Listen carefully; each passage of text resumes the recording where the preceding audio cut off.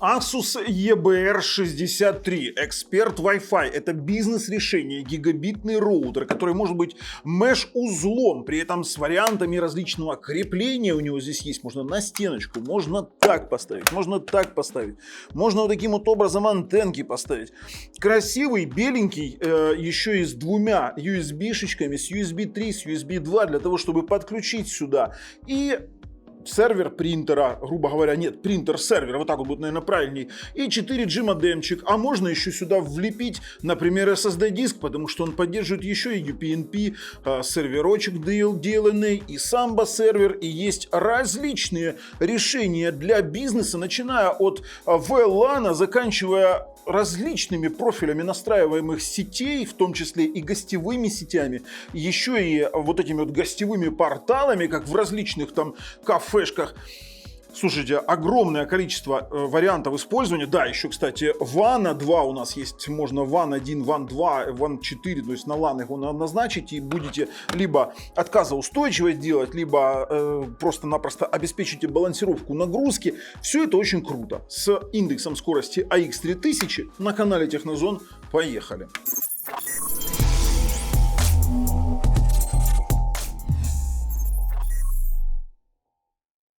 Ну что, я фактически уже и сделал такой себе мини-обзор, потому что рассказал все, что было. Слушайте, очень интересный роутер в плане, во-первых, покрытия, во-вторых, в плане реализации вот этих всех бизнес-решений для малого и среднего бизнеса. Я не говорю, что это такое какое-то решение уровня там заводов, энтерпрайза какого-то огромного. Нет, это вот кафе, булочная, станция быстрой зарядки, я не знаю, там ресторанчик, гостиница, если вы там наделали этих меш-точек. Вот это вот именно для этого. Но это гигабитный. Я уже делал обзор Expert Wi-Fi EBR63, которая в меш с 2,5 гигабитными портами. Там вообще все намного круче. А это вот такой более дешевый вариант. Кстати, ссылки разместил в описании под видео. Можете пойти посмотреть, сколько стоит. В общем, сзади у нас 4 LAN-порта гигабитных. Есть WAN-порт гигабитный. Есть у нас USB 3, USB 2, разъем питания, кнопка включения-выключения. И есть кнопка WPS с разъемом, не разъемом, а отверстием для сброса. Вот эта штука, это очень классная тема, вы можете его ставить в различных положениях для конфигурации антенн, да и удобства размещения, но в таком варианте, я честно вам скажу, мне не нравится, потому что порты сверху. Мне нравится больше такой вариант размещения на столе, либо если вы его повесили на стене. На стене вы можете его вешать таким образом, у нас здесь есть кронштейн. То есть вы можете вешать таким образом и антенны располагать вверх. Все размещено из портов так, чтобы не мешать самой антенне, если она будет размещена вот таким макаром. Скажем так, не очень красивое слово, но иногда приходится использовать. Что еще мне понравилось? Понравилось то, что есть WPA3 Enterprise, мало того еще и метод аутентификации, мало того еще и 192 бита, это повышает уровень безопасности доступа к вашим сетям. Как я уже говорил, VLAN, Double WAN, Dual WAN и много еще плюшек. По комплектности коробочка, сам по себе роутер. В коробочке у нас вот такие вот блоки питания, которые со сменными вилками. Вилки в моем случае в комплекте была английская и была европейская вилка. Очень классно все сделано. И, конечно же, патчкорд. Вот такой вот плоский, мои любимые патчкорды. Сейчас покажу. Вот такие вот любимые патчкорды. Очень сильно их люблю. Это, кстати, у нас... Они не подписаны, по-моему. Да, но это очень похоже на CAT 5E. Я раньше работал с такими патчкордами. Больше ничего нет, кроме роутера. Но хочется посмотреть системную конфигурацию, о которой нам пишет сам производитель. Перед этим, пожалуйста, подпишитесь на мой канал, нажмите колокольчик, чтобы не пропустить дальнейшие наши такие прикольные обзоры. Мы сейчас на сайте производителя. У него индекс скорости AX3000, двухдиапазонная точка доступа. Да, это же Wi-Fi 6, я забыл об этом сказать. И все в одной, вот как они, знаете, как написали, точка доступа, все в одной, с маршрутизатором, коммутатором и шлюзом безопасности, поддерживает до 5 SSID, чтобы вы понимали. Например, вы можете сделать отдельно для работников, для устройства умного дома, например, там, я не знаю для чего, для туннелинга, до ваших удаленных работников, потому что там есть огромная поддержка VPN-туннелинга, кроме VLAN, да, мы еще говорим про это. Вот межсайтовая VPN есть, сетевая безопасность коммерческого уровня. Ребят, Очень все очень круто. Ну, здесь именно расписано, настраиваемый гостевой портал, это то, о чем я сказал. Знаете, что такое гостевой портал? Те, кто не знает, это когда вы, например, где-то заходите там, в ресторан, да, в Макдональдс или в KFC, хорошо, и вы там нажимаете подключиться к Wi-Fi, а там раз там попробуйте наш новый бургер, и потом нажимаете подключиться. Вот это вот называется гостевой портал. Это та информация, которую вы можете выдать в графическом виде вашему клиенту, который пытается подключиться к вашему Wi-Fi. Или там, например, блюдо дня. Нужно что-то быстро продать. Ресторан с большим потоком клиентов. Человек приходит, подключается к Wi-Fi. Он бесплатный такой. О, сегодня блюдо дня со скидкой. Надо что-то продать. Например, рыба уже там подходит. Обычно так в ресторанах и продают. Можете мне не рассказывать. Это вот гостевые порталы. Резервная глобальная сеть для подключения. Сетевая безопасность коммерческого уровня для VPN. Это тоже очень классно. И можно разместить в любом месте. Все это красиво. Это благодаря тому, что есть кронштейн для крепления на стену. И тут вот показывают нам, как здесь все это дело примерно реализуется. Смотрите, кофе-хаус.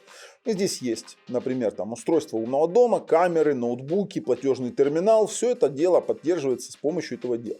Подходит для малых домашних офисов, розничной торговли, хостелы, клиники, различные устройства, эксперт Wi-Fi. Я делал обзор на вот это вот и на вот это. Может быть, нам попадет еще коммутатор какой-нибудь. Не знаю, попробуем достать, хотя это достаточно тяжело для меня их доставать.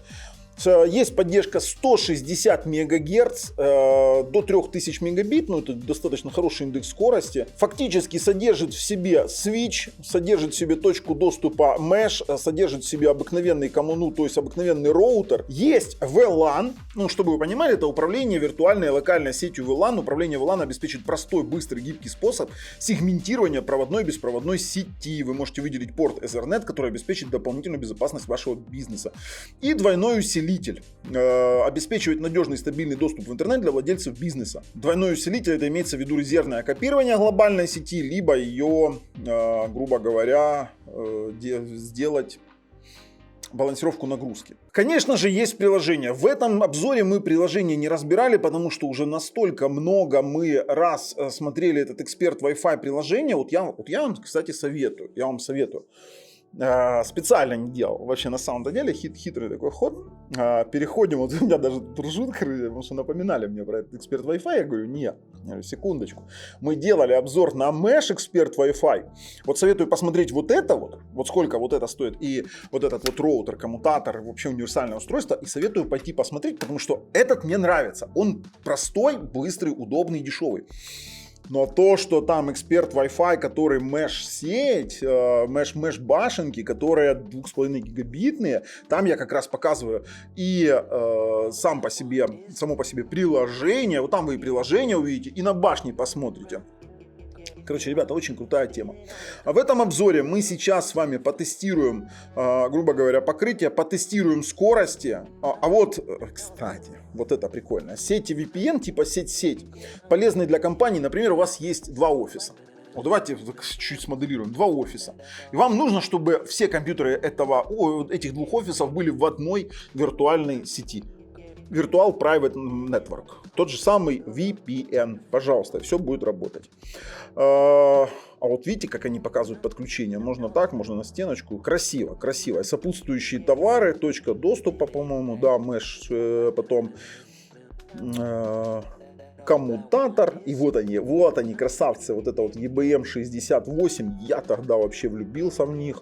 Очень жалко, что они действительно дороже стоят, но там именно уровень. Но при этом они еще, вот эти все роутеры, они еще могут нам обеспечить домашний какой-то вариант. Я честно вам скажу, я бы такой поставил домой, потому что есть и приоритизация в QoS, приоритизация игрового трафика. Есть у нас мультимедиа сервер, есть Samba сервер, FTP-шечка, iTunes сервер. Ребят, пойдет тема, пойдет. Все, короче, подключаем, тестируем и потом делаем выводы. Мы видим приветственный экран эксперт Wi-Fi эксперт Wi-Fi EBR63. У нас есть, мы описание уже с вами читали. Давайте мы зайдем в админку. Админка чуть-чуть позже рассмотрим. Нам важно сейчас пройти первоначальные тесты. Стартуем. О, все. Вот смотрите, у нас чистый гигабит. Тут вообще вопросов никаких нет. У нас LAN на WAN сейчас подключено. 984 на... смотрим. Да, на чистый гигабит. Тут другого быть не могло. Чистый гигабитный роутер. И WAN проверили, и LAN проверили. Заведены они у меня через мой сервер личный. И тут вот 984 на 30. 984 на 1003. Ну, 1003 там плюс кэш. Получается, оно так считает, интересно. А теперь я хочу попробовать Wi-Fi 5 ГГц. У нас сейчас протестирован WAN и LAN. И WAN и LAN у нас являются гигабитные. Интересно, 5 ГГц. Сейчас посмотрим. Давайте. Не-не-не, подключаем. И смотрим, что у нас получится. А потом посмотрим по админочке, что же у нас там есть такого. Обновляем и пробуем. Практически тот же самый гигабит через Wi-Fi 5 ГГц. Пожалуйста, 930. Это 5 гигагерцовый Wi-Fi сейчас. 920, 930. То есть он реализует полную ширину канала в 1 гигабит через Wi-Fi. Что на загрузку, то и на выгрузку. То есть на текущий момент у нас есть 928, ну на 850. То есть максимально хорошие скорости. Пробуем еще раз. То есть серия тестов. Всегда нужно делать серию тестов. Вот сейчас может давать гигабит, а через 15 минут может давать 200 мегабит. Нет, мы так не этот роутер, кстати, мы тестировали неделю. 908 на 835. Супер. Теперь выбираем 2,4 ГГц. Обновляем. И стартуем. Вау. В 2.4 200 мегабит. Это очень хороший показатель. 2.4 обычно у нас сливает по какой-то фигне, вот честно вам скажу. Поэтому вот сейчас вот это 220 мегабит в 2.4 диапазоне, то есть это бизнес-решение. При этом хорошее бизнес-решение. Гигабитное, дешевое. Ну, дешевое относительно, допустим. Мне нравится. Мне нравится. Теперь я беру свой смартфон и иду, проверяю на дальность. Дальность у меня 2 стены, одна из них кирпичная, металлическая дверь и порядка там 35 метров в другую сторону. И у нас падение должно составлять не более 50-60%. Хотя это бизнес-решение, я думаю, что здесь будет все намного интереснее. Я пошел. Так, ребят, я нахожусь тут в коридоре относительно далеко. Стартую сейчас тест. Это, слушайте, 500, 600, ух ты, на 700 даже срывается. Очень неплохо, очень неплохо. Так, 500 упало. Ну, должно быть вообще не меньше 400 мегабит. Почему? Потому что 605, нифига себе. Слушайте, ну это бизнес-решение. Так и должно быть. Ну, на дачу, конечно, падение мы ощущаем больше. Потому что все-таки далековато. Переключаем на Asus 2,4 ГГц, пока мы здесь. И проверим покрытие сразу в 2,4. Как мы видим, значок вот на 5 ГГц, Wi-Fi 6, все работает. Обновляемся и поехали, стартанем тоже. Здесь у нас падение тоже. Слушайте, я, честно говоря, удивлен. Как-то эталонные падения для меня. Здесь 50-60% падения, это отличный результат. Здесь четко 50, вообще отлично. Отлично, у него хорошее покрытие. У него просто отличное покрытие. Давайте еще на отдачу посмотрим. Должно быть чуть-чуть ниже. Хотя тоже 50%. Как-то вообще интересно все это дело сработало. Супер. Супер. Ну давай, 130. Все отлично. Ну что, увидели? Да, вот такие вот реалии. Очень неплохое бизнес-решение. Мне нравится все больше и больше. Давайте сейчас зайдем с вами и посмотрим админочку. А когда ты используешь Asus роутеры в паре с Asus ноутбуками, вообще суперово выходит. И что тут именно, знаете, из бизнес-вариантов? Из бизнес-вариантов здесь все, потому что последняя настройка — это вот то, что есть во всех роутерах. Примерно беспроводная, локальная, интернет, там контроль доступа. Но мы сразу начнем с того, что у нас есть мастер быстрой настройки, где вам вообще ничего не нужно делать для самоопределения сети. Он нас не очень интересует, потому что это все мы увидим вживую. Например, у нас есть информационная панель. Информационная панель, которая позволяет нам добавлять, допустим, карточки различных устройств, карточки различных действий. Мы здесь видим тест производительности DNS. Мы можем с вами регулировать DNS. Вот, допустим, на Cloudflare сейчас 11.67, 11.77 на другой сервер, на Google 25.16, на другой Google и на HiNet. Ну, HiNet использовать не будем. Видим состояние подключения, состояние IP-адреса. У меня сейчас частный IP-адрес на мой роутер с моего сервера. Видим состояние подключения сетей и видим расписание вот этих самых портов. Кстати, USB 3 подключен. На моменте USB 3 проверим еще и работу самбы. Состояние системы, загрузка процессора и памяти. Процессор у нас на 2%, память на 51% и видим мониторинг трафика. Очень все информативно, очень все красиво. Видим даже, какой у нас подключен к USB устройство. Есть у нас раздел iMesh, где мы можем использовать iMesh устройство. Очень удобная тема. Мы про iMesh уже снимали видео. Пожалуйста, в описании под видео будет ссылка на это видео, как организовывать, как делать mesh-сети с помощью Asus роутеров. Здесь даже есть вот параметры системы для iMesh. Списки блокировки перемещения и перезагрузка системы. Это вот все у нас в топологии iMesh есть.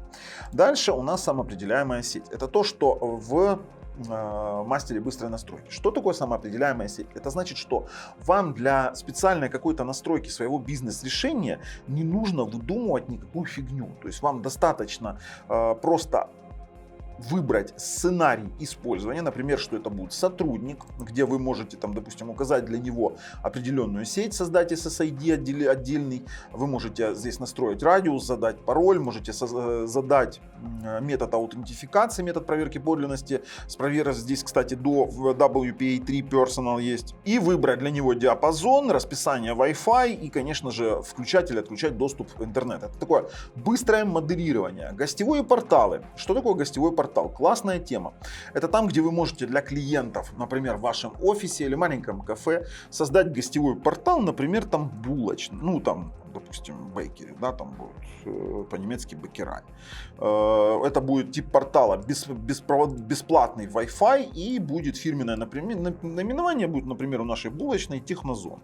Выглядеть это будет вот таким вот образом, где мы можем с вами сюда внести нашу картинку, допустим, добавить. Ну, у нас, видите, сейчас булочная вот такая вот штука. И где мы можем там добавить какую-то информацию в доп. Настройках, либо вообще отключить этот самый портал. То есть мы здесь можем создавать порталы. Это классная тема, которая есть у более дорогих роутеров на самом-то деле. Есть гостевая сеть, обыкновенная гостевая сеть с моментами времени доступа. Есть сеть по расписанию, сеть интернета вещей. Это для организации взаимодействий с устройствами интернета вещей, умного дома и тому подобного. Есть сети VPN, то есть здесь прям в профилях VPN здесь можете использовать WireGuard и различные VPN-сети. Дальше по VPN-серверам, VPN Fusion, дальше посмотрим, что есть у нас. И есть у нас проводник по сценариям. Здесь опять же мы можем задать с вами филиал компании, сотрудник, ресторан, отель, кофейня, торговый центр, спортзал, работа из дома, обучение, учебный класс, умный дом, голосовой помощник, станция зарядки автомобиля, устройство видеоконтроля, дети и друзья. То есть вы фактически можете, например, задать, опять же, тот же сотрудник, опять же, тот же самый филиал компании, это значит, у вас будет туннель через VPN, либо у вас будет ресторан, где вы можете создать гостевой портал, отель, где вы можете создать гостевой портал, работа из дома через, грубо говоря, VPS, спортзал, это у нас гостевая сеть с временем доступа, интернет вещей, это отдельная, допустим, сеть вообще, то есть она 2,4 либо 5 ГГц, либо миксованная, и все это вы делаете просто-напросто через быстрые настройки. В этом отличие конкретно вот бизнес-сети, ну либо настраиваемая сеть, где вы можете сами уже там создавать вот эти доступы, ограничения пропускной способности и создавать свои сети. Очень удобная вещь. Самоопределяемые сети, классная тема. Дальше у нас есть, конечно же, VPN-сервер, где у нас есть PPTP, OpenVPN, IPsec, WireGuard. О том, как их настраивать, это не тема этого видео. Есть у нас VPN Fusion поддержка. Анализатор трафика отдельной темой. Есть iProtection. Это очень классная тема. Это на базе технологий компании Trend Micro. Анализируется безопасность вашей сети. Может блокировать зараженные устройства. Может блокировать вредоносные сайты. У него есть двухсторонний IPS. Можно оценивать безопасность роутеров. Короче, очень классная тема с мониторингом различных событий, киберугроз для офисов самое то. Вы можете закачивать даже отчеты, то есть смониторить, кто чего делал, и потом наказывать своих сотрудников. Это я, конечно, шучу. В самих настройках, мониторинг трафика, он самый обыкновенный, смотрите, то есть здесь, в принципе, есть WAN, LAN и по сетям. Именно расход трафика. Здесь вот сейчас он мониторится в режиме реального времени. Дальше у нас с вами есть вот такие вот настройки, самые простые. Начнем с беспроводной сети. У нас есть поддержка 160 МГц, мы можем ее включить, можем выключить. Есть возможность включения 160 МГц, ну, в принципе, есть и отлично. 160 МГц ширину канала. Есть, если мы включим, то это у нас будет, даже можно отдельно 160 МГц выбирать, либо миксованные. Каналы мы можем выбрать с вами сейчас покажу. От 36 до 140. Теперь у нас есть режим включения или отключения Wi-Fi 6, режим беспроводной сети AX Only Legacy или NAC и AX миксованный, есть до WPA3, то есть WPA3 Enterprise 192 бита. И это очень классно, потому что взломать такие сети 192 бита это просто unreal, в текущих условиях. Понятное дело, что взломать можно все, но поверьте, если столкнуться со 192 битами в бытовом плане, это просто-напросто, или в малом офисе, это просто-напросто жесть какая-то. Теперь по 2,4 ГГц у нас, смотрите, что есть. Все примерно то же самое. Каналы мы можем выбирать 20, каналы от 1 до 13. Тут, в принципе, все стабильно. Мы можем отдельно отключать 11B режим. И есть у нас N-Only, Legacy или либо автоматический. Также поддерживается WPA Enterprise до 192 бит. Очень классная тема. Также у нас есть WPS, WDS, фильтр MAC, настройки радиус, профессиональные настройки. Это все красиво. Все хорошо, о чем мы не будем здесь более детально рассказывать. Вы просто должны понимать, что эти настройки есть. Это для тех, кто оценивает такой роутер, он должен понимать, что это все работает. В настройках локальной сети есть DHCP-сервисы, есть у нас сервер, маршруты, которые вы можете строить самостоятельно, есть IPTV поддержка, управление коммутатором, где вы можете включить либо выключить Jumbo Frame, и управление управления коммутаторами VLAN. Вот это вот тоже интересно. К тому же в интернет у нас немножко тоже расширено. У нас есть подключение по протоколу 802.1q. Это тот самый VLAN, где вы можете задать VLAN IP и просто-напросто настроить его и подключить. То есть прелесть бизнес-решения это в том, что у вас уже есть поддержка VLAN в самом роутере встроена. Вам не нужно морочиться, что-то прошивать, что-то домучивать. И в двойном WAN у нас есть возможность включить двойной WAN на 2, допустим, порта, завести. Так, первичный WAN у нас будет WAN порт. Нет, будет Ethernet, а первичный WAN. Вот так вот. Мы можем, например, на 4-й порт подключить второго провайдера и включить балансировку нагрузки, либо отказоустойчивость. Очень удобная тема, если у вас, допустим, 2 провайдера, отказоустойчивость позволит вам обеспечить постоянное присутствие в сети. Где-то один провайдер отвалился, второй подключился, либо вы можете вместо второго провайдера использовать USB свисток на 4G. Это тоже очень удобная тема, и можем это все делать и восстанавливать после сбоя. Есть переключатель портов, переадресация портов, поддержка демилитаризованных зон, DDNS. Само собой, но сейчас мы не можем, у нас частный IP-адрес, и есть NAT pass-through, то есть проброска NAT. Хорошо. Контроль доступа устройств. Это, знаете, в простых роутерах бытовых это называется фильтр сайтов и приложений. Но нет, это называется, в простых роутерах это называется родительский контроль. Здесь это фильтр сайтов и приложений. То есть, где вы можете задать, допустим, давайте, я согласен. Сейчас он перезагрузит, вы увидите, как это работает. Смотрите, да, в принципе, тот же самый родительский контроль, только более расширенный. То есть, вы можете включить блокировку для взрослых, различного контента, например, там, не буду произносить, чтобы не блокировали ролик, нарушение закона и насилия, азартные игры и там сладкая клубничка, грубо говоря. Интернет-мессенджеры вы можете блокировать для отдельных сотрудников, например, это очень удобно. Пиринговые сети, передача файлов и мультимедийный контент. Игры, потоковое видео, аудио, интернет, радио, телевидение. Удобная тема, вот очень удобная тема, поэтому пока его выключим. Также у нас есть адаптивный QoS. Вот, пожалуйста, сам по себе QoS, но честно вам скажу, служба QoS, смотрите, прикольно. Смотрите, мы можем тип QoS, адаптивная, традиционная служба. И также можем выбирать, допустим, веб-серфинг применить. Есть приоритеты в зависимости от вашей сети. Игры, потоковое видео, аудио, веб-серфинг. Учитесь из дома, работая из дома, настроить вручную. Слушайте, вообще, по сути, его можно и дома использовать. Отличная тема. USB-приложение. О, здесь вообще все классно. Есть iTunes сервер, есть UPnP сервер. UPnP сервер — это обыкновенный мультимедиа сервер DLNA, который, если у вас есть видеофайлы определенного типа, вы можете на смарт-телевизорах, на смарт-ТВ-боксах смотреть, да и на компьютерах. Просто то, что хранится в роутере, на жестком диске подключено, оно будет там отображаться как мультимедийный контент. Также у нас есть сетевое окружение Samba, это Samba сервер. Есть общий ресурс в FTP, то есть фактически у нас есть FTP, при этом можно доступ через WAN делать, сервер печати, само собой.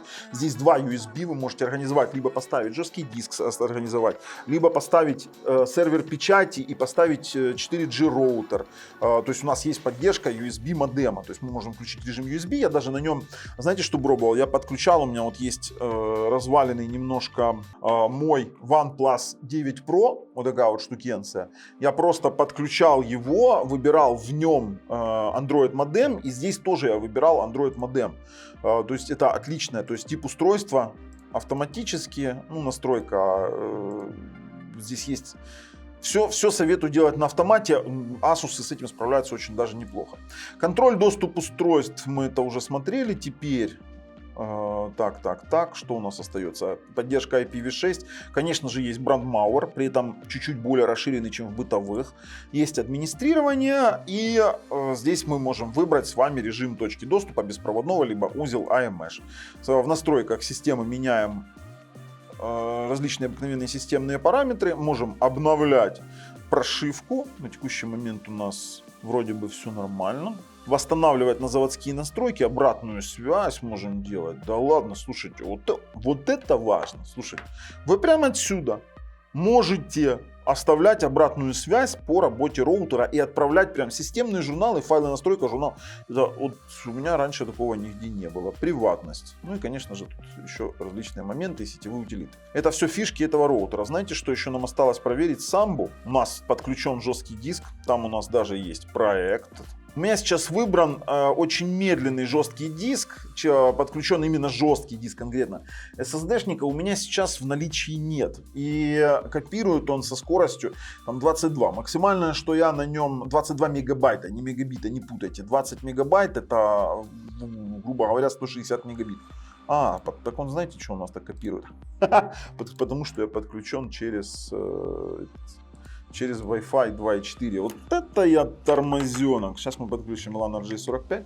У меня подключен, правда, сколько мы можем получить? 40 мегабайт в секунду. Сейчас посмотрим. Очень самому интересно.